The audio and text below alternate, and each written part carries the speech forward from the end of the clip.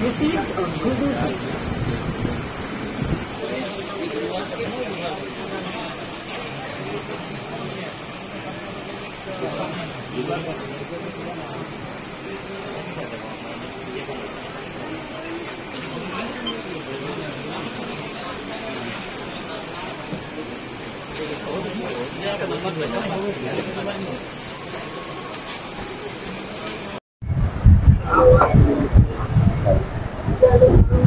काय सांगाल, चना डाळचे रेट मागच्या महिन्याभरात टप्प्याटप्प्याने वाढत गेलेले, आता फेस्टिवल सीझन येत आहे.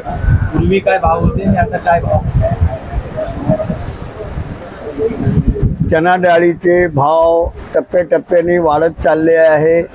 गेल्या महिन्याला तेच चना डाळ होती 70, 75, 80 पर्यंत. तेच चना डाळ झाली 100, 105, 110 पर्यंत.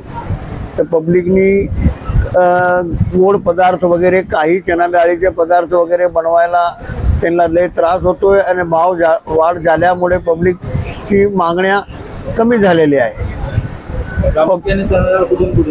चना डाळ आमच्या दाणा बंदरमधनंच येते, होलसेल व्यापारीकडून, आणि आम्ही त्याच्यात रुपये 2 रुपये 5 रुपये कमवून आम्ही ते विकतो.